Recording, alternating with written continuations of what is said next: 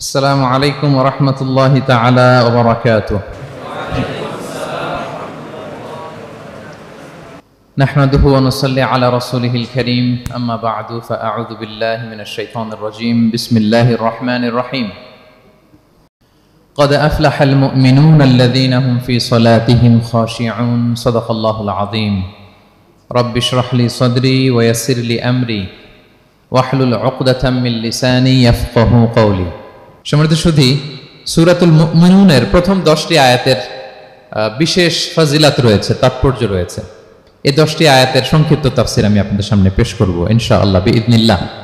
তো সূরাতুল মুমিনুন, আল্লাহ দেখেন মুমিনদের নামে সূরা দিয়েছেন সূরাতুল মুমিনুন, আবার কাফিরদের নামেও একটা সূরা ডেডিকেট করেছেন। সূরাটার নাম কি বলেন তো? সূরাতুল কাফিরুন। আবার মুমিনও না কাফিরও না, মাঝামাঝি আল মুনাফিকুন, তাদের নামে আল্লাহ একটা সূরা দিয়েছেন সূরাতুল মুনাফিকুন। তো এই সূরাটা আমাদেরকে উৎসর্গ করা, আমাদের জন্য ডেডিকেট করা, মুমিনুন নামে এই সূরাটা। এই সূরাটা নাজিলের একটা প্রেক্ষাপট আছে, যেটাকে আরবিতে শানে নুজুল বলে। ওটা বলেই আমি মূল ব্যাখ্যা বা আলোচনার দিকে চলে যাচ্ছি। সম্মানিত সুধী, রাসূলুল্লাহ সাল্লাল্লাহু আলাইহি ওয়াসাল্লামের কাছে আল্লাহ তাআলা যে কোরআন নাজিল করেছেন, এই কোরআন যেটা লেটেস্ট ভার্সন অফ রেভিলেশনের সর্বশেষ ভার্সন, এটা আল্লাহ তাআলা বিষ্ণু ঈসা ইসলামের কাছে নানাভাবে নাজিল করতেন। কোরআন নাজিল হওয়ার অনেকগুলো পদ্ধতি ছিল, সবসময় একইভাবে কোরআন আসতো না। কখনো কখনো কোরআন আসতো মিসলা সলসালাতিল জারাস, আমরা ঘন্টা যখন বাজাই যে বিকট শব্দ হয়, এরকম বিকট আওয়াজে মাঝে মাঝে কোরআন নাজিল হতো। আপনাদের মনে থাকবার কথা, বাংলাদেশে আমরা যখন প্রাইমারি স্কুলে পড়তাম বা হাই স্কুলে পড়তাম, ঘন্টা শেষ হলে, একটা ক্লাস শেষ হলে দফতরি কি করতো বলেন তো? হ্যাঁ, দিত না? মনে পড়ে? পিকচারাইজেশন হচ্ছে? আচ্ছা, প্রচন্ড আওয়াজে ওই বেলের মধ্যে বাড়িয়ে দিত। তখন আমরা বুঝতাম কি একটা ঘন্টা হয়েছে। এক ক্লাস শেষে একটা দিত, দুই ক্লাস শেষে দুইটা, ক্লাস যখন সব শেষ তখন অনেকগুলো দিত, তো বুঝতাম যে ছুটি আমাদের। এরকম রিঙ্গিং বেল যদি বাজানো হয়, ঘন্টা বাজানো হয়, এটার যেরকম বিকট শব্দ, এরকম বিকট আওয়াজে মাঝে মাঝে কোরআন নাজিল হতো। রাসূল সাল্লাল্লাহু আলাইহি ওয়াসাল্লাম বলেন, এই প্রসেসে কোরআন রিসিভ করা আমার জন্য বড্ড কষ্টকর ছিল। আমাদের আয়েশা রাদিয়াল্লাহু তাআলা আনহা বলেন, প্রচন্ড শীতের রাতে আমরা কাঁপতাম শীতে, আর বিষ্ণু সাল্লাল্লাহু আলাইহি ওয়াসাল্লাম ঘামতেন। ওয়া ইন্না জাবিনাহু লা ইয়াতাফাসসাদু আরাফান, আমরা শীতে কাঁপতাম, কম্বল জড়িয়ে রাখতাম, আর বিষ্ণুনবীর কপাল বেয়ে ঘাম ঝরতো। সুবহানাল্লাহ বিহামদি। এভাবে তিনি কষ্ট করে কোরআন রিসিভ করেছেন। এটা একটা পদ্ধতি। আরেকটা পদ্ধতি হচ্ছে মিসলা দাবিয়া সাউতিন নাহাল, মৌমাছির ভন ভন শব্দের মতো কোরআন নাজিল হতো। যখন নাজিল হতো, রাসূল সাল্লাল্লাহু আলাইহি ওয়াসাল্লামের মুখের সামনে, চেহারার সামনে মৌমাছি ভন ভন করলে যেরকম সাউন্ড, এরকম একটা সাউন্ড হতো। এটা সাহাবারা কাছাকাছি যারা থাকতেন ওনারা উইটনেস করেছেন অনেকবার। আজকের এই আলোচনাটা এটার সাথে প্রাসঙ্গিক, আমি বলবো আপনাদেরকে। দুইটা পদ্ধতি গেল। আরেকটা পদ্ধতি হচ্ছে মিন ওয়ারাই হিজাব, পর্দার অন্তরাল থেকে সরাসরি আল্লাহ কথা বলতেন, রাসূল সাল্লাল্লাহু আলাইহি ওয়াসাল্লাম শুনতো। এটা কেবল একবারই হয়েছে, মেরাজের রাতে। তারপর মাঝে মাঝে ইউলকা ফি কুলুবি রাসূলিল্লাহ, আল্লাহ রাসূল সাল্লাল্লাহু আলাইহি ওয়াসাল্লামের অন্তঃকরণে আল্লাহ তাআলা ঢেলে দিতেন ওয়াহী। আচ্ছা, আবার কখনো কখনো জিবরাইল আলাইহিস সালাম ওনার মূল আকৃতিতে ওহী নিয়ে আসতেন। ওনার যে বিসূরাতিহিল আসলিয়া, জিবরাইল আলাইহিস সালামের যে মূল সূরাত, এই সূরাতে আসতেন। এই সূরাতে রাসূল সাল্লাল্লাহু আলাইহি ওয়াসাল্লাম জিবরাইল আলাইহিস সালামকে জীবনে দুইবার দেখেছিলেন। একবার ওই যে হেরা গুহার ওখানে দেখেছিলেন, আর একবার সেই সিদরাতুল মুনতাহায় মেরাজের রাতে দেখেছিলেন। 600 পাখা মেলে বিশাল আকৃতি নিয়ে পুরো দিগন্ত বিস্তৃত করে জিবরাইল আলাইহিস সালাম নেমে আসতেন। দুইবার এভাবে রাসূল সাল্লাল্লাহু আলাইহি ওয়াসাল্লাম দেখেছিলেন। এভাবে কোরআন নাজিল হতো। আবার কখনো কখনো রাসূল সাল্লাল্লাহু আলাইহি ওয়াসাল্লাম এই যে হিউম্যান শেপে, মানুষের আকৃতিতে আসতেন, দেখতে মানুষের মতো লাগতো। মানুষের আকৃতিতে জিবরাইল আলাইহিস সালাম এসে কোরআন পৌঁছে দিয়ে যেতেন। বিষ্ণু সাল্লাল্লাহু আলাইহি ওয়াসাল্লাম বলতেন, এই প্রসেসে ওহী রিসিভ করা আমার জন্য সবচেয়ে সহজ ছিল। এটা তো খুব স্বাভাবিক, ন্যাচারাল, যে একজন মানুষ এসে আমার সাথে কথা বললে, মানুষ মানুষের সাথে কথা বলবে, এটা তো খুব ফ্লেক্সিবল হবে, কমফোর্টেবল হবে। বাকি পদ্ধতিগুলো রাসূল সাল্লাল্লাহু আলাইহি ওয়াসাল্লামের জন্য কঠিন ছিল। এবং এই সূরাতে যখন জিবরাইল আলাইহিস সালাম আসতেন, তখন দিহিয়াতুল কালবি আল আনসারী নামে এক সাহাবীর সূরাতে আসতেন। ওনার তওবাটা আল্লাহর কাছে খুব পছন্দ হয়েছিল। জাহিলি যুগে অনেক কন্যা সন্তানকে তিনি জীবিত প্রচিত করেছিলেন। পরে একবার এমন রিপেন্টেন্ট হলেন, অনুতপ্ত হলেন, অনুশোচনায় পড়ে আল্লাহর কাছে এমন কান্না করলেন, আর অনুশোচনার চোখের পানি আল্লাহ বড্ড পছন্দ করেন। অনুতপ্ত বান্দা যখন অনুতপ্ত হয়ে কাঁদে, তার চোখের পানি তার চোখ বেয়ে, নাক বেয়ে জমিনে ড্রপ করার আগে আল্লাহ বান্দাকে মাফ করে দেয়। তো আল্লাহর কাছে এত পছন্দ হয়েছিলেন, মানুষের সূরাতে আসলে ওনার সূরাতে এসে তিনি কোরআন দিয়ে যেতেন বিষ্ণু ইসলামকে। তো মুসনাদে আহমদ ইবনে হাম্বল একটা হাদিস এসছে, ওমরে ফারুক রাদিয়াল্লাহু তাআলা আনহু এই হাদিসটা বর্ণনা করেন। তিনি বলেন যে আমরা একবার বিষ্ণু ইসলামের পাশে বসা, হঠাৎ সামি'না দাবিয়া সাউতিন নাহাল, মৌমাছির ভনভন ভনভন শব্দ শুনতে পেলাম, কিন্তু তাকিয়ে দেখি কোনো মৌমাছি নাই। তখন বুঝলাম যে রাসূল সাল্লাল্লাহু আলাইহি ওয়াসাল্লাম ওহী রিসিভ করছেন। কি রিসিভ করছেন? ওহী রিসিভ করছেন। ঠিকই রাসূল সাল্লাল্লাহু আলাইহি ওয়াসাল্লাম কিবলামুখী হলেন, ফাস্তাকবালাল কিবলা। অনেকক্ষণ তিনি চুপ করে গম্ভীর হয়ে বসে থাকলেন, ওহী রিসিভ করলেন। এরপর সাহাবাদের দিকে তাকিয়ে উনি হেসে দিলেন, হেসে বললেন, এইমাত্র সূরাতুল মুমিনুনের প্রথম 10টা আয়াত আমার উপর নাজিল হয়েছে, এবং এই 10টা আয়াতে মুমিনদের 7টা বিশেষ বৈশিষ্ট্যের কথা বলা হয়েছে। মান আকামা হুন্না দাখালাল জান্নাহ, যেই 7টা বৈশিষ্ট্য নিজের মধ্যে ধারণ করবে সে আল্লাহর জান্নাতের ওয়ারিস হয়ে যাবে। এবং এই আয়াতগুলো বলে আল্লাহ তাআলা সবশেষে এমনটাই বলেছেন যে উলাইকা হুমুল ওয়ারিসুন আল্লাযীনা ইয়ারিসুনাল ফিরদাউসা হুম ফিহা খালিদুন, যারা এই 7টা বৈশিষ্ট্য নিজের মধ্যে ধারণ করবে তারা জান্নাতুল ফিরদাউসের ওয়ারিস হয়ে যাবে, উত্তরাধিকার হয়ে যাবে। ওয়ারিস বুঝেন তো না? ওয়ারিস মানে হচ্ছে আপনি বাবার কাছ থেকে ইনহেরিটেন্স হিসেবে যেটা পেলেন। বাংলাদেশে দেখবেন যে অনেক জমি জমার মধ্যে প্লটের মধ্যে সাইনবোর্ড দেয়া থাকে যে ক্রয় সূত্রে এই জমির মালিক অমুক, বায়না সূত্রে এই জমির মালিক অমুক, তারপর ওয়ারিস সূত্রে এই জমির মালিক আব্দুর রহমান, লেখা থাকে না এরকম? ওয়ারিস সূত্রে মানে এটা উনি কিনে নাই, এটা ওনার কার কাছ থেকে? বাবার কাছ থেকে পেয়েছেন, উত্তরাধিকার সূত্রে পেয়েছেন। তো দেখেন আল্লাহ তাআলা এই শব্দটাই, লিটারালি এই শব্দটাই ব্যবহার করেছেন যে আল্লাযীনা ইয়ারিফুনাল ফিরদাউসা হুম ফিহা খালিদুন। বিশ্বাসীরা যদি এই 7টা গুণ নিজের মধ্যে ধারণ করে তাহলে বাবার সম্পদে সন্তানের যেমনি ভাগ থাকে সে ওয়ারিস হয়, আমার এই উম্মতেরা, আল্লাহর এই বান্দারা জান্নাতুল ফিরদাউসের ওয়ারিস হয়ে যাবে। তো বলেন আমরা জান্নাতুল ফিরদাউসের ওয়ারিস হতে চাই কি চাই না? চাই, সবাই চাই। হ্যাঁ বলেন বলেন, চাই তো? ইনশাআল্লাহ ইনশাআল্লাহ, আল্লাহুম্মা জাআলনা মিনহুম। তো আমরা তাহলে শুনি আল্লাহ তাআলা কি বৈশিষ্ট্যের কথা বললেন যেগুলো ধারণ করলে আমরা জান্নাতুল ফিরদাউসের ওয়ারিস হব। আম্মাজান আয়েশা রাদিয়াল্লাহু তাআলা আনহাকে সাহাবারা জিজ্ঞেস করতেন যে আম্মাজান কাইফা কানা খুলুকু রাসূলিল্লাহ, আল্লাহ রাসূল সাল্লাল্লাহু আলাইহি ওয়াসাল্লামের আচরণ কেমন ছিল? তিনি বলতেন কানা খুলুকুহু আল কুরআন, রাসূল সাল্লাল্লাহু আলাইহি ওয়াসাল্লামের আচরণ ছিল কোরআনের মতো আচরণ।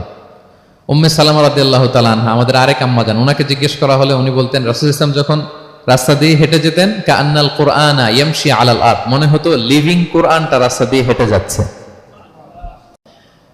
তো সাহাবারা যখন আরো ইন ডিটেইল জানতে চাইলেন তখন আম্মাজান আয়েশা বললেন তোমরা সূরা মুমিনুনের প্রথম 10 আয়াত পড়ো, এই 10 আয়াতে যা যা আল্লাহ বলেছেন এটাই ছিল খুলুকু রাসূলিল্লাহ, এটাই ছিল বিশ্বনবীর আচরণ। তো আসুন আমরা দেখি রাসূল সাল্লাল্লাহু আলাইহি ওয়াসাল্লামের আচরণ কেমন ছিল এবং কোন বৈশিষ্ট্যগুলো থাকলে আল্লাহ তাআলা আমাদেরকে জান্নাত দিয়ে ধন্য করবেন। সূরাতুল মুমিনুনটা আল্লাহ তাআলা শুরু করছেন ক্বাদ আফলাহাল মুমিনুন আল্লাযীনা হুম ফি সলাতিহিম খাশিউন, অর্থাৎ সফল হয়েছে তারা, ঈমান এনেছে যারা। প্রথম আয়াতের অর্থ হচ্ছে ক্বাদ আফলাহাল মুমিনুন, বিশ্বাসীরাই সফল হয়েছে। আল্লাহ তাআলা সফলতার মানদণ্ড এখানে ফিক্স করেছেন, ক্রাইটেরিয়া ফিক্স করেছেন ঈমান, বিশ্বাস, যেটা সবচাইতে দামি। সবচাইতে দামি কি? ঈমান, সবার উপরে ঈমান। এজন্য যারা ঈমান এনেছে আল্লাহর উপর, যারা বিশ্বাস স্থাপন করেছে তারাই সফল হয়েছে। তো এই বিশ্বাসীদের কিছু গুণাবলী থাকতে হবে, কিছু ফিচার থাকতে হবে, তবেই তারা জান্নাতের ওয়ারিস হবে। সেগুলো কি আল্লাহ শুরু করছেন। আল্লাহ বললেন প্রথম বৈশিষ্ট্য হচ্ছে আল্লাযীনা হুম ফি সলাতিহিম খাশিউন। 7টা বৈশিষ্ট্যের প্রথমটা বলতেছি, যারা সফল হয়েছে বিশ্বাসীরা, ওই বিশ্বাসীরা যারা তাদের সালাতে বিনয়াবনত থাকে, বিনম্র থাকে। সালাত যখন আদায় করে তারা খুশু খুদুর সাথে সালাত আদায় করে, এটা হচ্ছে প্রথম বৈশিষ্ট্য। বিনয়ের সাথে। খুশু খুদু মানে হচ্ছে অন্তরের একাগ্রতা এবং অঙ্গ প্রত্যঙ্গের একাগ্রতা। খুব সহজে আপনার অন্তরটাও থাকবে, এখানে আল্লাহর ভয় থাকবে, একাগ্র চিত্তে আপনি আল্লাহকে স্মরণ করবেন, আবার অঙ্গ প্রত্যঙ্গগুলো ঠিক থাকবে, এগুলো নড়াচড়া করবে না। আমরা অনেকে সালাতে দাঁড়ালে খুব বেশি নড়াচড়া করি, সালাতে কিন্তু খুব বেশি মুভমেন্ট করা যায় না, এটা নিষেধ। খুব জরুরি প্রয়োজন ছাড়া মুভমেন্ট করা নিষেধ। আল্লাহ বলেন আল্লাযীনা হুম ফি সলাতিহিম খাশিউন, প্রথম বৈশিষ্ট্য হচ্ছে যারা তাদের সালাতে বিনয়াবনত থাকবে, একাগ্র চিত্তে সালাত আদায় করবে। এতটা একাগ্র চিত্তে তারা অন্তরের মধ্যে এই উপলব্ধি ধারণ করবে যে আমি যে ইবাদত করছি এটা আল্লাহ দেখছেন, Allah is watching me, Allah is observing me, Allah তাআলা সরাসরি দেখছেন। এবং রাসূল সাল্লাল্লাহু আলাইহি ওয়াসাল্লাম এটাই বলেছেন যে আনতা আবুদাল্লাহা কাআন্নাকা তারাহু ফাইন লাম তাকুন তারাহু ফাইন্নাহু ইয়ারাক। এমন ভাবে ইবাদত করো মনে করো যে তুমি আল্লাহকে দেখছো। আর এটা যদি ভাবতে, এই উপলব্ধি আনতে যদি কষ্ট হয়, তাহলে অন্তত এতটুকু তো ভাবো যে আল্লাহ তোমায় দেখছেন, আল্লাহ আমাকে দেখছেন। এই ভাবনাটা অন্তরে আনা যায় না? চাইলেই আনা যায়। আমরা যেন এই উপলব্ধিটা নিজেদের মধ্যে, রিয়েলাইজেশনটা বিল্ড আপ করার চেষ্টা করি যে আমি যে মুসল্লায় দাঁড়ালাম, এই যে আমি কিয়ামুল লাইল করতেছি, এই যে তারাবিতে আমি বিশ্বকাপ পড়তেছি লম্বা সময় ধরে, আল্লাহ কিন্তু দেখছেন। আমার সিজদা, আমার রুকু, এগুলো আল্লাহ তাআলা সরাসরি কি করছেন? দেখছেন। এই ফিল নিয়ে যদি আপনি সালাতে দাঁড়ান, এটা হচ্ছে খুশু খুদু। সাহাবারা এতটা বিনয়বনত ভাবে একাগ্র চিত্তে নিমগ্ন হয়ে সালাতে প্রবেশ করতেন, মরুভূমির মাঝখানে ওনারা সালাত পড়ার সময় মাঝে মাঝে মরুভূমির পাখি এসে ওনাদের কাঁধে বসে যেত, মাথায় বসে যেত। পাখিগুলো মনে করতো এগুলো হয়তো খেজুর গাছ টাছ কিছু একটা হবে। কি হবে? খেজুর গাছ হয়তো হবে। আবার যখন রুকুতে যেতেন, পাখি উড়াল দিত। তার মানে কি, খুব বিনয়বনত ভাবে, বিনম্র চিত্তে ওনারা সালাত অফার করতেন।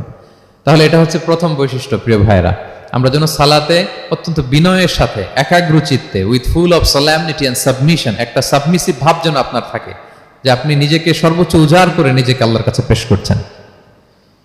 এই অ্যাটিটিউডটা যেন আমাদের নামাজের মধ্যে থাকে। এটা হচ্ছে এক নম্বর বৈশিষ্ট্য, আল্লাযীনা হুম ফি সালাতিহিম খাশিউন, যারা বিনয়বনত ভাবে থাকে। অনেকে বলে, হুজুর মন বসে না নামাজে আমার। এটা অনেকের প্রশ্ন, অনেকের জিজ্ঞাসা, যে মনটা ধরে রাখতে পারি না। নামাজে দাঁড়ালেই সারাদিন যেটা মনে হয় না, ওইটা নামাজে মনে চলে আসে। এরকম হয় না? সারাদিন এটাকে কি যেন ভাবতেছিলাম, মনে নাই। নামাজে দাঁড়ালেই মন চলে আসে। তারপরে মনকে আরবিতে বলে, অন্তরকে বলে কলব।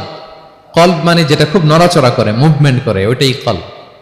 মন দেখবেন এদিকে ছোটে, ওদিকে ছোটে। ওই যে আমরা ছোটবেলায় একটা গান শুনতাম, গানটা হচ্ছে পাগল মন, মন কেন এত কথা বলে। মানে মন এদিকে ছোটে, ওদিকে ছোটে। মনকে ধরে রাখা বড্ড জটিল, কষ্টকর। তো এটা স্বাভাবিক। অনেকেই বলে, হুজুর আমার মন থাকে না নামাজে, একাগ্র চিত্তে নামাজ তো আদায় করতে চাই, কিন্তু মনটাকে ধরে রাখা যায় না। তো কিভাবে এই খুশু খুদু, সাবমিসিভনেস আপনি কিভাবে বাড়াবেন, এটাও বিষ্ণু সাল্লাল্লাহু আলাইহি ওয়াসাল্লাম আমাদেরকে ইনস্ট্রাক্ট করেছেন, গাইড করেছেন। কিভাবে এই খুশুটা আসবে, অন্তরের মধ্যে একাগ্রতা আসবে। এক নাম্বার পদ্ধতি হচ্ছে খুশু খুদু বাড়ানোর। সালাতে যখন আপনি দাঁড়াবেন, বিষ্ণু বলেন সল্লু সলাতান মুআদ্দিয়া। বিষ্ণু বলেন, মনে করো যে নামাজটা পড়তেছো, এটা হতে পারে তোমার বিদায়ী নামাজ, শেষ নামাজ জীবনের। হতে পারে না? ধরেন যে মাগরিবের সালাত যে আমরা আজকে পড়বো, এমন তো হতে পারে এটাই আমাদের জীবনের শেষ নামাজ। কি বলেন? হতে পারে কি না? পারে। আমরা কে কখন চলে যাব আমাদের তো জানা নাই। তো এই যে মুসল্লায় যখন আমরা দাঁড়াই, তখন কেন আমরা এটা ভাবি না যে it could be the last and final prayer in my life? হতে পারে এটাই আমার জীবনের শেষ নামাজ।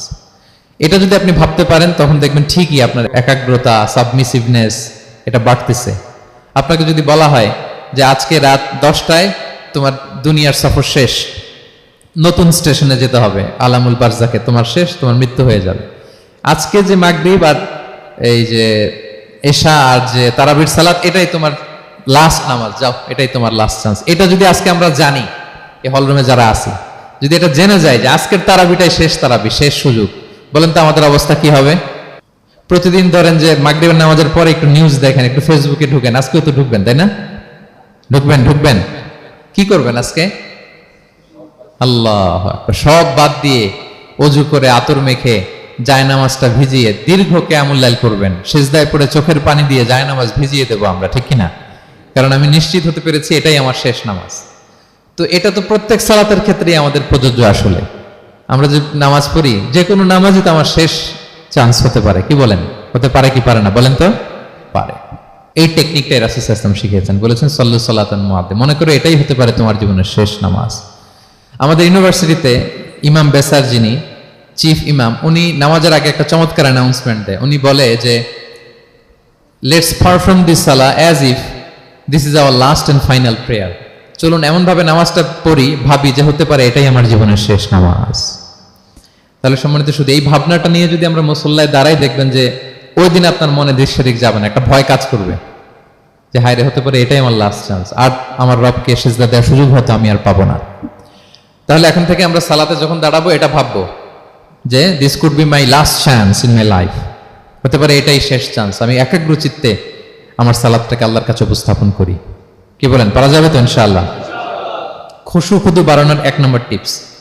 খুশু খুদু বাড়ানোর 2 নম্বর টিপস হচ্ছে তাড়াহুড়ো না করা। আমরা অনেকে তাড়াহুড়ো করি, রুকু থেকে হুট করে দাঁড়িয়ে যাই, তারপরে সোজা হয়ে দাঁড়িয়ে না থেকে তাড়াতাড়ি সেজদায় চলে যাই, 2 সেজদার মাঝখানে ধীরস্থির ভাবে বসার কথা, আমরা না বসেই 2য় সেজদায় চলে যাই। এই প্রবণতা আমাদের অনেকের আছে না? এটা কিন্তু নিষেধ। তা'দিলুল আরকান, বাকি সব মাযহাবে এটা ফরজ। আপনি তাড়াহুড়ো করলে আপনার নামাজই হবে না। আর আমাদের মাযহাবে, হানাফি মাযহাবে এটা ওয়াজিব। ওয়াজিব তরক করলে সাউ সিজদা দিতে হয়। 2 সেজদার মাঝখানে আপনি সুস্থির হয়ে বসবেন। অনেকে দেখা যায় একটা সেজদা দিয়ে মাথা কোনো রকম উঠিয়েই আরেক সেজদায় বসেও নাই ঠিক মতো আরামসে, এরকম আছে না? এটা যদি কেউ করে আমাদের মাযহাব অনুযায়ী তার সাউ সিজদা দিতে হবে।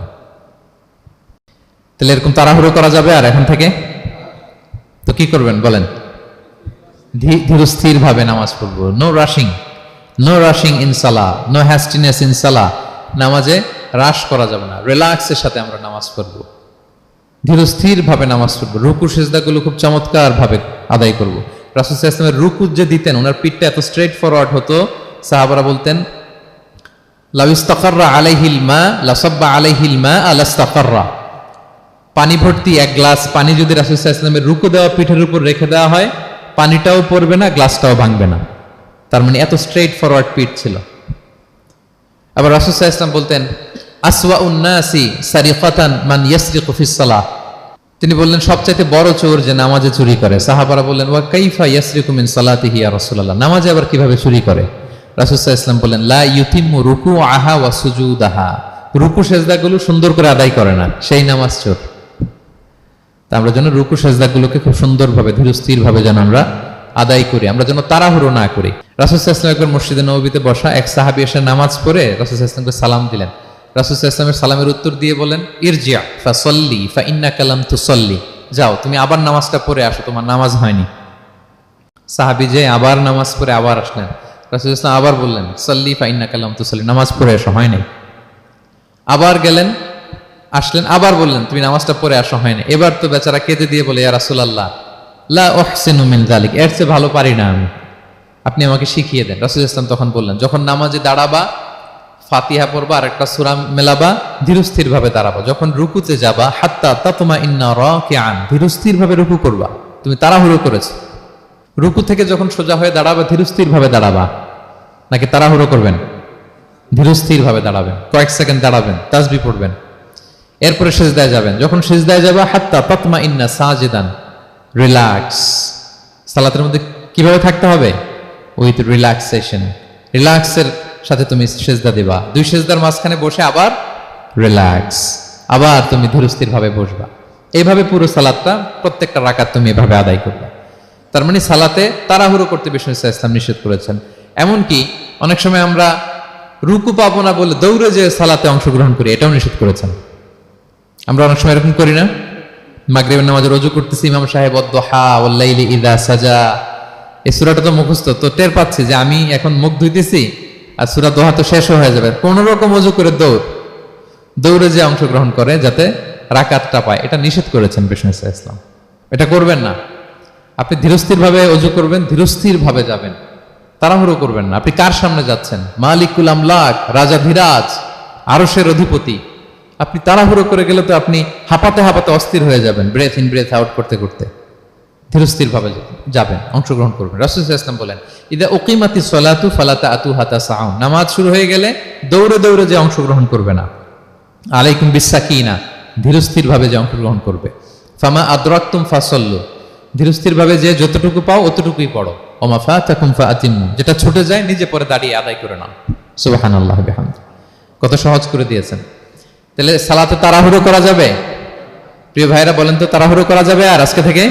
না, আমরা তাড়াহুড়ো করবো না, আমরা ধীরস্থির ভাবে যে সালাতে অংশগ্রহণ করবো, তাহলে আপনার খুশু খুদু বাড়বে। 2টা টিপস গেল। 3 নাম্বার হচ্ছে জামাতে সালাত আদায় করতে হবে, তাহলে আপনার একাগ্রতা বাড়বে। সলাতুল জামাআতি তাফদুলু সলাতাল ফাযি বি27 দারাজা, একাকী নামাজ পড়লে যে সওয়াব, জামাতে পড়লে 27 গুণ বেশি সওয়াব। জামাতে পড়বেন। রাসূল সাল্লাল্লাহু আলাইহি ওয়াসাল্লাম সবসময় জামাতে সালাত পড়তেন। ইন্তেকালের আগেও এই সালাতের ব্যাপারে তিনি আমাদেরকে ওসিয়ত করেছেন, বলেছেন আসসালাতু আসসালাত ওয়া মা মালাকাত আইমানুকুম। ইন্তেকালের আগ মুহূর্ত এখনই রুহু কবজ হবে। এর আগে উনি কি বলেছেন? সালাত, উম্মতেরা সালাত, নামাজ, নামাজ যেন নষ্ট না হয়। উমর ফারুক রাদিয়াল্লাহু তাআলা আনহুর সময়ে একজন অগ্নি উপাসক ছিল, তার নাম আবু লুলু আল মাজুসি। উনি মুগীরা ইবনে শুবা রাদিয়াল্লাহু তাআলা আনহু নামে এক সাহাবীর দাস ছিলেন, মুকাতাব দাস। কন্ট্রাক্ট ছিল যে এত টাকা দিলে তাকে আজাদ করা হবে। তো এই অগ্নি উপাসক মাজুসি এসে ওমর ফারুককে বলে, খলিফাতুল মুসলিমিন, আমার মালিক সাহাবী মুগীরা আমার কাছে প্রতিদিন অনেক টাকা চার্জ করে। উনি বললেন, তাই নাকি? কত চার্জ করে? বলে যে এত চার্জ করে। তো বলতেছে, আচ্ছা তুমি তাহলে কি কাজ করো, কি কাজ জানো? বলে যে আমি খঞ্জর বানাতে জানি, ছুরি, ছোট ছুরি আর কি। বলতেছে, ওরে আল্লাহ, যারা খঞ্জর বানাতে জানে তারা তো অনেক টাকা মেক করে, সেই হিসাবে তো মুগীরা বেশি চার্জ করে না, অল্পই চার্জ করছে। সে ইনসাফপূর্ণ চার্জই করেছে। কিন্তু এই আবু লুলু আল মাজুসির এই কথাটা পছন্দ হয় না, সে রাগান্বিত হয়ে গেল, হয়ে বলে, ওমর, সবার ক্ষেত্রে তুমি নরম আর আমাকে তুমি কঠিন নিয়ম শেখাও না, দাঁড়াও তোমাকে আমি দেখাচ্ছি। মনে মনে বলতেছে এটা। রেগে মেগে সে বাড়িতে এসে আজকে একটা খঞ্জর বানাইছে, দুই মুখ খঞ্জর, ওয়া মাকবাদাতুহু ফি ওয়াসাতি, এটার হ্যান্ডেলটা মিডলে, এদিকেও মাথা এদিকেও মাথা, এটার ধার করে প্রতিদিন বিষ মাখায় এটাতে। আর মনে মনে বলে, ওমর দাঁড়াও তোমাকে আজকে আমি দেখাবো। তো ওমর ফারুককে আল্লাহ তাআলা স্বপ্নে দেখিয়েছেন যে একটা লাল মোরগ ওনাকে 3টা ঠোকর মেরেছে। উনি সাহাবাদের কাছে বলেছেন যে আমি স্বপ্নে দেখেছি একটা লাল মোরগ আমাকে 3টা ঠোকর মেরেছে। তো সে খঞ্জরকে ধার দিয়ে একদিন ফজরের নামাজে, ওয়াকানু ইউসাল্লুনা বিগালাস, ওনারা খুব অন্ধকার থাকতে ফজরের নামাজ পড়তো। সে বুরনুস, এক ধরনের জুব্বা যেটার মাথা আছে, ওটা পরে হুডির মতো আর কি, হুডি চেনেন তো না, হুডির মতো একটা জুব্বা পরে সে অন্ধকারে, সে তো আসলে অমুসলিম, সাহাবাদের সাথে পিছনে দাঁড়াইছে নামাজের ভান করার জন্য, আর এই খঞ্জরটা নিয়ে গেছে সাথে। ওমর ফারুক ফজরের সালাত শুরু করলেন, প্রথম রাকাত শেষ করলেন, দ্বিতীয় রাকাতের জন্য যখন দাঁড়াইছেন তখনই সে প্ল্যান মাফিক খঞ্জর বের করে ওমর ফারুকের পেটের মধ্যে 3বার স্টেবিং করলেন, আঘাত করলেন। করার সাথে সাথে ওমর ফারুক উল্টে পড়ে গেলেন আর বললেন, কাতালানি আল কালব, কোন এক কুকুর আমাকে আঘাত করেছে। তো সাহাবার ওমর ফারুককে ধরলেন, আর এই অগ্নি উপাসক এই খঞ্জর নিয়ে কাতারের মাঝখান দিয়ে 2 দিকে খঞ্জর চালাতে চালাতে যাচ্ছিলেন। যে সাহাবাই ধরে সেই আঘাতপ্রাপ্ত হয়ে ওখানে 7 থেকে 10 জন স্পট ডেথ, জায়গায় মারা গেছে। পরে এক সাহাবী নিজের জামা খুলে তার গায়ে ছুঁড়ে মারছে, তখন সে ওইটাতে পেঁচিয়ে পড়ে গেছে। যখন বুঝে গেছে যে আমাকে ধরে ফেলবে, সে সুইসাইড করে ফেলছে, নিজেকে নিজে মেরে ফেলছে। তো ওমর ফারুক তো বেহুশ, ওনাকে নিয়ে যাওয়া হলো, পিছন থেকে একজন নামাজের ইমামতি করলেন। তো ওমর ফারুক রাদিয়াল্লাহু তাআলা আনহু হুশ ফিরে পেলেন। হুশ ফিরে পাওয়ার পরে দিনের বেলা যখন হুশ আসলো ওনার, সবাই চারদিকে বসা যে হায় হায় আমাদের আমিরুল মুমিনিনের কি জানি কি হয়। হুশ ফেরার পরে ওনার মুখের প্রথম কথাটা ছিল আসাল্লান নাস, মানে আমার নেতৃত্বে যে ফজরের সালাতটা শুরু হয়েছিল এটা কি ঠিকঠাক শেষ হয়েছিল? সুবহানাল্লাহ পড়বেন না? আচ্ছা বলেন তো, এই মুহূর্তে আমরা কি করতাম? ওনাকে যে স্টেবিং করছে, চিকিৎসক এসে দুধ দেয়, দুধ পেট দিয়ে বেরিয়ে যায়, নাবিজ দেয়, নাবিজ বের হয়ে যায়, মানে উনি ইন্তেকাল করবেন, এটা বোঝাই যাচ্ছে। এমন কঠিন পরিস্থিতিতে আমরা যদি হসপিটালে হুশ ফিরে পেতাম, আমরা কি বলতাম বলেন দেখি? কে কি বলতেন? কে মারছে, আমারে বাঁচানো যায় কিনা, মাউন্ট এলিজাবেথে নিয়ে চলো, সিঙ্গাপুরে অথবা বামরুন গ্রেডে নিয়ে চলো, আমেরিকাতে নিয়ে চলো, অথবা আমার তো ওখানে ব্যাংক ব্যালেন্স আছে, আমি তো মরে যাবো, আমার ছেলেগুলার কি হবে, হ্যাঁ আমার মেয়েগুলার কে দেখবে, এগুলো ছিল আমাদের কনসার্ন। তো ওমর ফারুক জানতেছেন যে উনি পৃথিবী থেকে বিদায় নিচ্ছেন, একটু হুশ ফিরে পাইছেন। হুশ ফিরে পাওয়ার পরে প্রথম কথাটা ছিল আসাল্লান নাস, লোকেরা কি নামাজ পড়েছিল? আল্লাহু আকবার। তাহলে এটা কত গুরুত্বপূর্ণ ইবাদত, কিভাবে এই সালাতকে সাহাবারা অফার করতেন। তো খুশু খুদুর সাথে যদি আমরা সালাত অফার করতে চাই, আমাদেরকে জামাতে পড়তে হবে। একাকি পড়লে দেখবেন মনে দিকে যায়, ওদিকে যায়, কয় রাকাত পড়ছি ভুলে যাই, এরকম হয় না? একাকি পড়তে গেলে এটা করা যাবে না, জামাতে পড়তে হবে। সালাতে কি কি বলতেছেন এগুলোর অর্থ বুঝে যদি সালাত অফার করেন, তাইলে আপনার সালাতে মনোযোগ থাকবে। সুবহান রাব্বিয়াল আলা, সুবহান রাব্বিয়াল আযীম, এর অর্থ কি? সূরা ফাতিহা যে প্রতিদিন পড়ি, কি সুন্দর প্রার্থনা সূচক বাক্য, এর অর্থ কি? আল্লাহ সকল প্রশংসা তোমার, আল্লাহ তুমি দয়াময় মেহেরবান, আল্লাহ তুমি বিচার দিবসের মালিক, যেদিন তোমার আরশের ছায়া ছাড়া কোনো ছায়া থাকবে না। নবীদের যে পথে চালিয়েছে ওই পথে আমাদেরকে চালাও, যারা ভ্রান্ত হয়েছে, যারা তোমার ক্রোধের শিকার হয়েছে ওই পথে আমাদেরকে চালিও না। কি চমৎকার চমৎকার কথামালা দিয়ে আমরা এই দোয়াগুলো পড়ি। আমরা অর্থ বুঝি না বলে আমাদের হৃদয়েও টাচ করে না, ঠিক কিনা? দেখবেন আরব শায়েকরা যখন কিয়ামুল লাইল করে, তারাবির সালাত পড়ায়, অনেক অনেক আয়াতে ওনারা ডুকরে ডুকরে কেঁদে ওঠে আওয়াজ করে, কারণ কি? জাহান্নামের আয়াত, আযাবের আয়াত, পূর্ববর্তী উম্মত যে ধ্বংস হয়েছে, কিভাবে ওদেরকে বিকট আওয়াজ দিয়ে, গ্রাউন্ড সাউন্ড গ্রেনেড দিয়ে ধ্বংস করা হয়েছে, বন্যা দিয়ে ধ্বংস করা হয়েছে, কিভাবে এদেরকে বাতাস দিয়ে নাস্তানাবুদ করে দেয়া হয়েছে, এগুলো যখন পড়ে ওনারা কাঁদে। আযাবের আয়াত আসলে কাঁদে, জান্নাতের আয়াত আসলে সাবলীল কণ্ঠে তেলাওয়াত চালিয়ে যায়। এর কারণ কি বলেন? অর্থ বুঝে। তা আমরা যেন সালাতে অর্থ বুঝে সালাত অফার করার চেষ্টা করি। পাশাপাশি সালাতের সুন্নাহগুলো যেন আমরা পড়ি। সালাতের যে সুন্নাহ আছে, সুনানুস সালাহ, এগুলো যেন আমরা পড়ি, মনোযোগ আরো বাড়বে। সানাগুলো পড়বেন, ফাতিহা শেষে আওয়াজ করে আমিন বলবেন, অথবা ফিসফিসি কণ্ঠে আমিন বলবেন। বিষ্ণু ইসলাম বলেন, ইদা আম্মান আল ইমামু ফাআমিনু, ইমাম আমিন বললে তোমরাও আমিন বলো, কারণ এই মাত্র একটা দোয়া করা হয়েছে। সূরা ফাতিহাটা কি? একটা দোয়া। ইদা ওয়াফাকা তা'মিনুকুম তা'মিনাল মালাইকাতি গুফিরা লাহু মা তাকাদ্দামা মিন যামবিহি ওয়া মা তাআখার। রাসূল সাল্লাল্লাহু আলাইহি ওয়াসাল্লাম বলেছেন, ইমাম যখন আমিন বলে তোমরাও তখন আমিন বলো, কারণ তোমরা যখন আমিন বলো ফেরেশতারাও আমিন বলে। আর তোমাদের আমিন আর ফেরেশতাদের আমিন যখন একসাথে হয়ে যায়, তোমাদের পূর্বের সব গুনাহ আল্লাহ মাফ করে দেয়। এটা আমিন বলা সুন্নাহ, বলবেন। নামাজ বাঁধার পরে সুন্নাত নামাজে, নফল নামাজে সানাগুলো পড়বেন। কত চমৎকার অর্থবোধক সানা আছে। আমরা তো শুধু সুবহানাকাল্লাহুম্মা বিহামদিকা ওয়া তাবারাকা ইসমুকা ওয়া তাআলা জাদ্দুকা শুধু এটাই পড়ি। রাসূল সাল্লাল্লাহু আলাইহি ওয়াসাল্লাম তাকবীরে তাহরিমে বাঁধার পরে অনেক চমৎকার চমৎকার দোয়া পড়তেন। ইন্না সলাতি ওয়া নুসুকি ওয়া মাহইয়ায়া ওয়া মামাতি লিল্লাহি রাব্বিল আলামিন। আমার সালাত, আমার ইবাদত, আমার জীবন মরণ সবটাই কার জন্য? এই দোয়াটা পড়তেন শুরুতেই। তারপর পড়তেন ওয়াজ্জাহতু ওয়াজহিয়া লিল্লাযী ফাতারাস সামাওয়াতি ওয়াল আরদা হানিফা ওয়া মা আনা মিনাল মুশরিকিন। আমার সবকিছুকে আমি এক সত্তার দিকে ফেরালাম, একনিষ্ঠ হয়ে, আর আমি মুশরিক নই, আমি আল্লাহর দিকে একনিষ্ঠ হলাম। এই দোয়াগুলো পড়তেন। আল্লাহুম্মা বাঈদ বাইনি ওয়া বাইনা খাতায়ায়া কামা বাআদতা বাইনাল মাশরিকি ওয়াল মাগরিব। আল্লাহুম্মা নাক্কিনি মিন খাতায়ায়া কামা ইউনাক্কা আস-সাওবুল আবয়াদু মিনাদ দানাস। আল্লাহুম্মা ইগসিল খাতায়ায়া বিল মাই ওয়াস সালজি ওয়াল বারাদ। এগুলো সানা, এগুলো যে সানা আমরা জানিই না। সানা মানে হচ্ছে প্রশংসাসূচক কথা। আমরা শুধু সুবহানাকাল্লাহুম্মা বিহামদিকা এতটুকুই পড়ি। রাসূল ইসলাম বলতেন, আল্লাহ আমার আর আমার গুনার মাঝে এতটুকু দূরত্ব করে দাও, পূর্ব থেকে পশ্চিম যত দূর, আমার আর আমার গুনার বোঝার মাঝে এতটুকু দূরত্ব তুমি করে দাও। সাদা কাপড় যেমনি ধুয়ে ফকফকা করা হয়, আল্লাহ আমাকে তুমি গুনামুক্ত করে এরকম ফকফকা সাদা বানিয়ে দাও, শুভ্র বানিয়ে দাও। আল্লাহ আমাকে তুমি বরফ দিয়ে, ঠান্ডা পানি দিয়ে, তুষারপাত দিয়ে ধুয়ে আমার গুনাহগুলো তুমি পরিষ্কার করে আমাকে তুমি নিষ্পাপ করে দাও। এগুলো বলে এরপরে আলহামদুলিল্লাহ রাব্বিল আলামিন সূরা ফাতিহা শুরু করতেন। সালাম ফিরানোর আগে বিষ্ণু সাল্লাল্লাহু আলাইহি ওয়াসাল্লাম দোয়া মাসুর পড়তেন। কত চমৎকার মাসুর দোয়া আছে। আবার বিষ্ণু বলতেন, লা ইউসাল্লিমান্না আহাদুকুম হাত্তা ইয়াতাআওয়াযা আন আরবা' মিন আযাবিল কবর, মিন আযাবি জাহান্নাম, মিন ফিতনাতিল মাহইয়া ওয়াল মামাত ওয়া মিন ফিতনাতিল মাসিহিদ দাজ্জাল। আমার কোন উম্মত যেন সালাম ফিরানোর আগে এই চারটা জিনিস থেকে পানাহ চাওয়া ছাড়া যেন সালাম না ফিরায়। একটা কি? আল্লাহ তুমি জাহান্নামের আযাব থেকে বাঁচাও, আল্লাহ তুমি কবরের আযাব থেকে বাঁচাও, আল্লাহ জীবন মরণের ফিতনা থেকে বাঁচাও, আল্লাহ তুমি দাজ্জালের ফিতনা থেকে বাঁচাও। পড়ে না আমিন? তো এত এঙ্গেজমেন্ট যদি আপনার নামাজে থাকে, আপনার মন এদিক সেদিক যাবে? হ্যাঁ, আপনি অর্থ খেয়াল করতেছেন, আযাবের আয়াত আসলে আপনি অশ্রুসিক্ত হচ্ছেন, আপনি দোয়ায়ে মাসুর পড়ছেন, আপনি সানা পড়ছেন, আপনি দীর্ঘ সময় কিয়ামুল লাইল করতেছেন, আপনার মনে এদিক সেদিক ছুটবে? বলেন তো ছুটবে না। এই টিপস গুলো বিষ্ণু সাল্লাল্লাহু আলাইহি ওয়াসাল্লাম শিখিয়েছেন। এগুলো যদি আমরা পালন করি, তাহলে আল্লাযীনা হুম ফি সালাতিহিম খাশিউন, বিনম্র চিত্তে সালাত আদায়কারী হিসেবে আমরা আল্লাহর কাছে পরিগণিত হব। তাহলে প্রথম নাম্বার শর্তটা বুঝতে পারছেন কিভাবে সালাত আদায় করতে হবে? হ্যাঁ, বলেন তো একজন, কি করতে হবে? কিভাবে সালাত? খুশুর সাথে, বিনয়বনত চিত্তে, সাবমিসিভ ভাবে, নাকি তাড়াহুড়ো করবেন? কিভাবে পড়বেন নামাজ? ধীরে সুস্থে, উইথ রিল্যাক্স।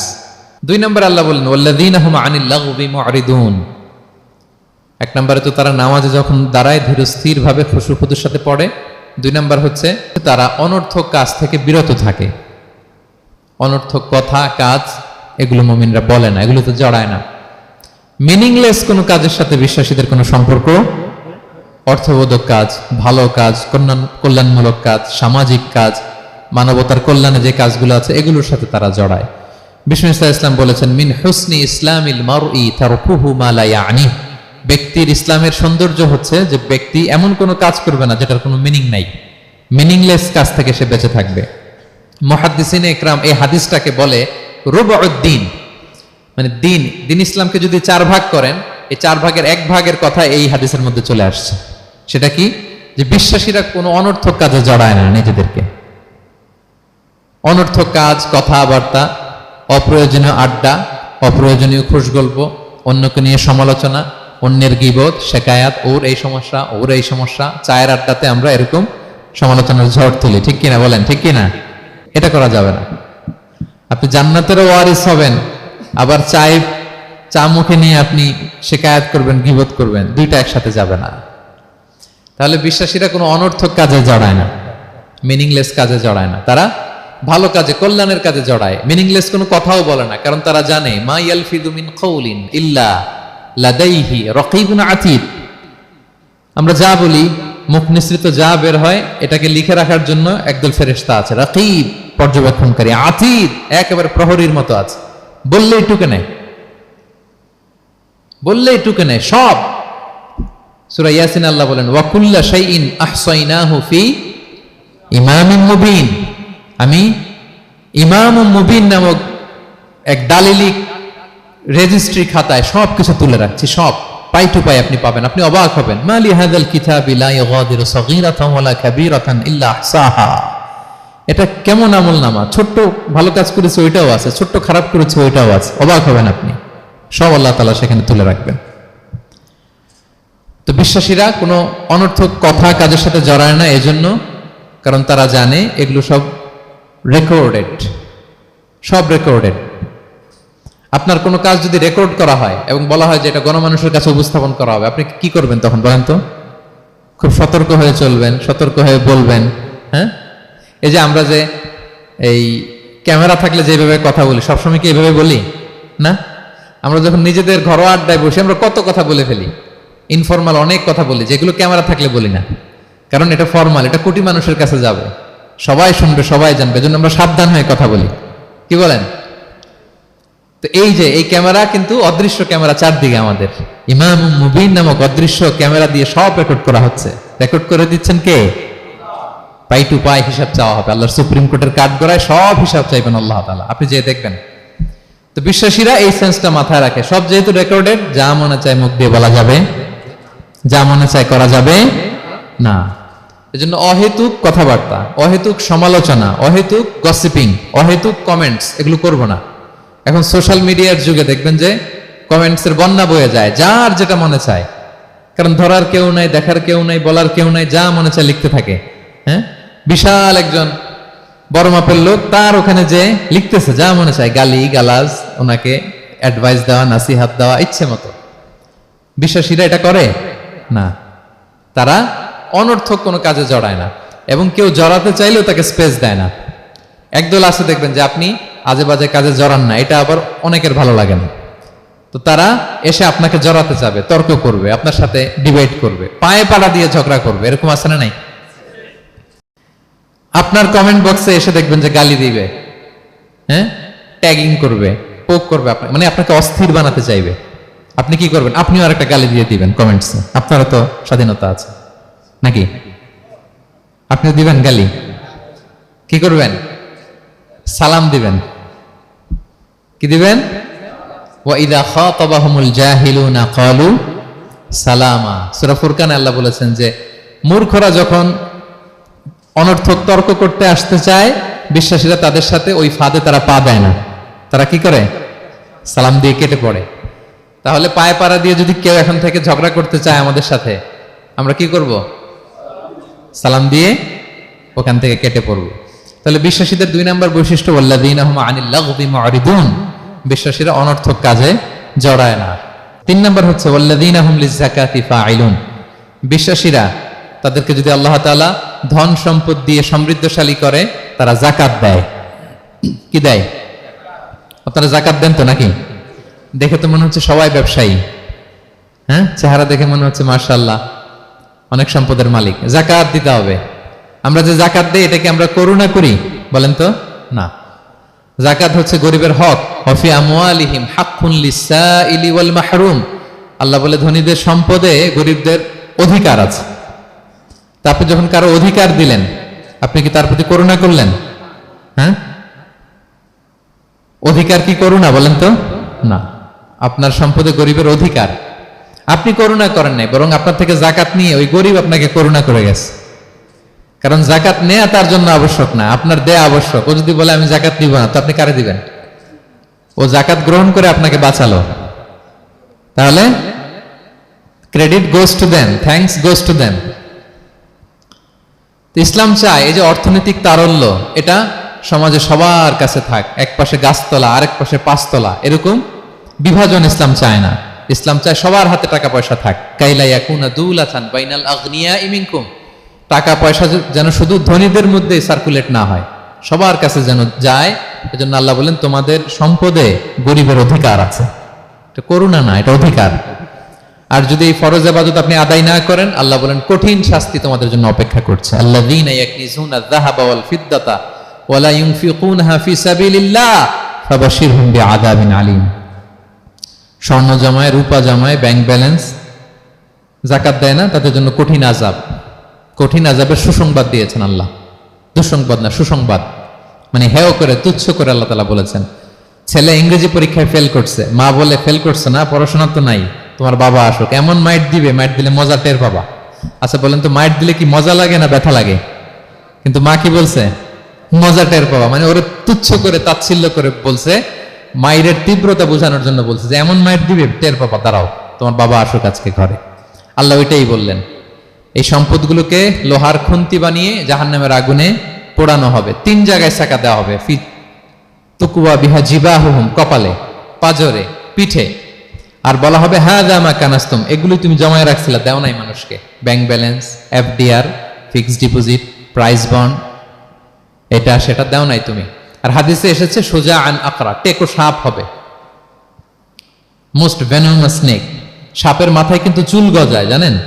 সাপের মাথায় পশম আছে, কিন্তু যেই সাপের যেটা বেশি বিষাক্ত, ওটার মাথায় পশমও থাকে না বিষের কারণে। এরকম সাপ ওই সম্পদগুলো সাপ হয়ে ছোবল মারবে আর বলবে আনা মালুক, আমি তোমার প্রাইস বন্ড, আমি তোমার ব্যাংক ব্যালেন্স, আমাকে খাওয়ার জন্য তো রাখছিল, আজকে উপভোগ করো। আল্লাহু আকবার। আল্লাহ আমাদেরকে হেফাজত করুক। সো যাদের সম্পদ আছে আমরা যেন যাকাত দেই, হিসেব করে করে যেন দেই। আপনাদের স্ত্রীদের যাদের অর্নামেন্টস, জুয়েলারি আছে, তারা যেন তাদের সম্পদের যাকাত দেয়। 25 গ্রাম যদি সোনা থাকে বা 595 গ্রাম যদি রূপা থাকে, অথবা এই পরিমাণ সম্পদ থাকে, ভাবিরাও যাকাত দিতে হবে। এটা ইন্ডিভিজুয়াল ইবাদত। আপনার যাকাত আপনার, ভাবির যাকাত ভাবির। আপনি চাইলে টাকা দিয়ে হেল্প করতে পারেন, কিন্তু ওনারও হিসাব করতে হবে এবং এটা কম্পালসারি, দিতেই হবে, দিতেই হবে। তাহলে ওয়াল্লাযীনা হুম লিয-যাকাতি ফাঈলুন, 4 নাম্বার হচ্ছে তারা যাকাত দেয়। 5 নাম্বার 6 নাম্বার আল্লাহ এক আয়াতে বলে ফেলেছেন, ওয়াল্লাযীনা হুম লিআমানাতিহিম ওয়া আহদিহিম রাউন, বিশ্বাসীরা আমানতের হেফাজত করে আর কথা দিলে কথা রাখে। 5 নাম্বার হচ্ছে আমানতের খেয়ানত করে না বিশ্বাসীরা, কারণ আমানতের খেয়ানত করে এটা মুনাফিকের আলামত। ইযা তুমিনা খানা, বিষ্ণু বললেন মুনাফিকদের বৈশিষ্ট্য হচ্ছে ওদের কাছে আমানত রাখলে ওটা আর পাওয়া যায় না পরে। এমন লোক আছে না সমাজে, আমানত রাখলে আর পাওয়া যায় না। তারা কি মুমিন না মুনাফিক বলেন তো?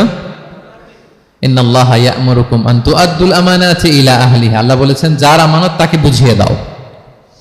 বিষ্ণু ঈসা ইসলামকে মক্কার লোকেরা 2টা উপাধি দিয়েছিল, এক হচ্ছে আস-সাদিক, 2 হচ্ছে আল-আমিন। সাদিক মানে সত্যবাদী। কারা দিয়েছিল? ঘোর শত্রুরা, অপোজিশন পার্টি, তারা উপাধি দিয়েছে। একটা হচ্ছে সাদিক মানে কি, আরেকটা হচ্ছে আল-আমিন, বিশ্বস্ত। এতটা বিশ্বস্ত যে বিষ্ণু ঈসা ইসলাম মক্কা থেকে মদিনায় যেদিন হিজরত করতে যাবেন, আমানতের জিনিসগুলো উনি আলী রাদিয়াল্লাহু তাআলা আনহুর কাছে রেখে গিয়েছিলেন। এত এত আমানতের সম্পদ ওনার ঘরে ছিল। এই ডিপোজিট বুঝিয়ে দিতে আলী রাদিয়াল্লাহু তাআলা আনহুর টানা 3 দিন সময় লেগেছে, মক্কাবাসীদের আমানত বুঝিয়ে দিতে। সো যার আমানতদারিতা নাই তার ঈমান নাই। বিষ্ণু বলেছেন লা ঈমানা লিমান লা আমানাতা লাহ, যার আমানতদারিতা নাই ওর ঈমানই নাই। এবং আমানত ধ্বংস হওয়া এটা কিয়ামতের আলামত। ইযা দুইয়াতিল আমানাতু ফান্তাযিরিস সাআ, যখন আমানত নষ্ট হবে তোমরা কিয়ামতের অপেক্ষা করো। এখন বলেন তো আমাদের সমাজে আমানতের কি অবস্থা? খুবই খারাপ। আল্লাহু আকবার। আমানতটা কিন্তু এই যে এই ভাই আমাকে 2000 রিঙ্গিট রেখে বলছে আগামী মাসে এটা আমি নিব, একটু রাখেন, শুধু এটাই আমানত না। আল্লাহ আপনাকে যে পুরো সম্পদ দিয়েছেন এটা আমানত। আপনার ব্যবসা প্রতিষ্ঠান এটা আল্লাহর দেয়া আপনার কাছে আমানত। আপনার ছেলে আছে, মেয়ে আছে, স্ত্রী, তারা আল্লাহর দেয়া আমানত আপনার কাছে। আপনার নেম, আপনার ফেম, আপনার পাওয়ার, আপনার নলেজ, এগুলো আল্লাহর দেয়া আমানত। আপনি দেশের প্রধানমন্ত্রী, পুরো দেশটা আপনার কাছে আমানত, ঠিক কিনা? এই আমানতের ব্যাপারে জিজ্ঞেস করা হবে। বিশ্বাসীদের বৈশিষ্ট্য, তারা আমানতকে হেফাজত করে, আমানত রক্ষা করে, আমানতের খেয়ানত তারা কোশ্চিন কালেও করে না।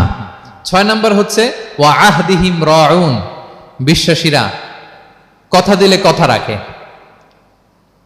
তারা ওয়াদার খেলাফ করে না। ওয়াদার খেলাফ করাও কিন্তু মুনাফিকের আলামত। ওয়া ইযা ওয়াআদা আখলাফা, ওয়াদা দিলে মুনাফিকরা এটা খেয়ানত করে, তারা কথা দিয়ে কথা রাখে না। এবং আপনি কাউকে কথা দিয়ে যদি না রাখেন, এরকম প্রত্যেকটা প্রমিস, কমিটমেন্টের ব্যাপারে আপনি জিজ্ঞাসিত হবেন। আল্লাহ বলেন ওয়া আউফু বিল আহদি ইন্নাল আহদা কানা মাসউলা, কথা দিলে কথা রাখো।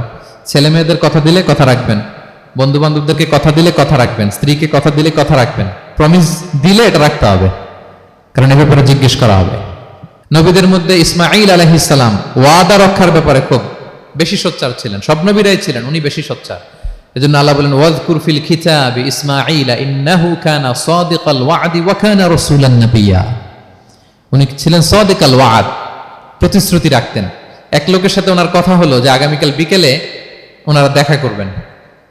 ইসমাঈল সাল্লাম বিকেলবেলা আগামীকাল যে এক গাছের নিচে কমিটমেন্ট ছিল যে অপেক্ষা করলেন, কিন্তু ওই লোক আসে নাই, ভুলে গেছে। ইসমাঈল সাল্লাম ভাবলেন আজকে ভুলে গেছে, মনে হয় আগামীকাল আসবে, আগামীকাল আমি যাব। এরপরের দিন আল্লাহ নবী ইসমাইল যে ওই লোকের জন্য ওখানে হাজির, কিন্তু ওই লোক ওই দিনও আসে নাই। ইসমাইল সাল্লাম বললেন মনে হয় এরপরের দিন আসবে। ইসমাইল সাল্লাম এরপরের দিনও যায় হাজির। এভাবে একদিন দুই দিন না, টানা 30 দিন উনি আসরের পরে ওই গাছের নিচে ওই লোকের জন্য অপেক্ষা করেছেন। কারণ ইন্নাল আহদা কানা মাসউলা, কথা দিলে কথা রাখতে হবে। তো এখন আমরা কথা দিয়ে কথা রাখি তো নাকি? রাখেন রাখেন, সবাই বলেন এই চেষ্টা করতে হবে, রাইট?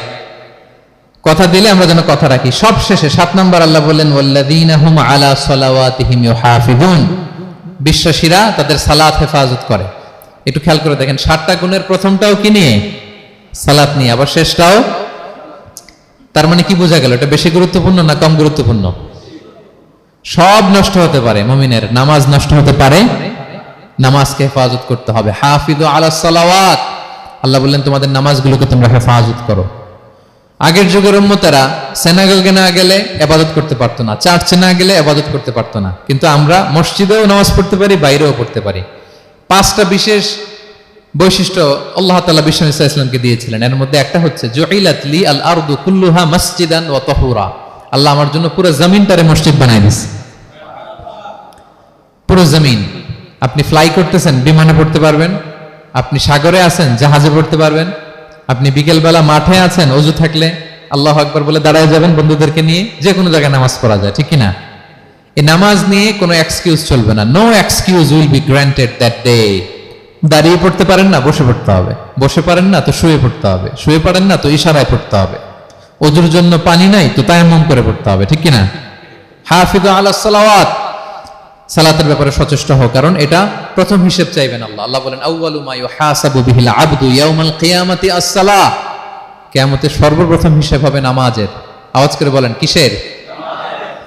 ফা ইন সালুহাত সালুহা সাইরু আমালি, নামাজের হিসেব যদি সহজ হয় সব সহজ, আর নামাজের হিসেব যদি গন্ডগোল হয় পুরো আমল নামায় গন্ডগোল লেগে যাবে। প্রিয় ভাইরা, তাই আমরা যেন সালাতের ব্যাপারে যত্নবান হই, আমরা যেন খুশু খুজুর সাথে সালাত পড়ি, আমরা যেন অনর্থক কথাবার্তা কাজ থেকে যেন বেঁচে থাকি।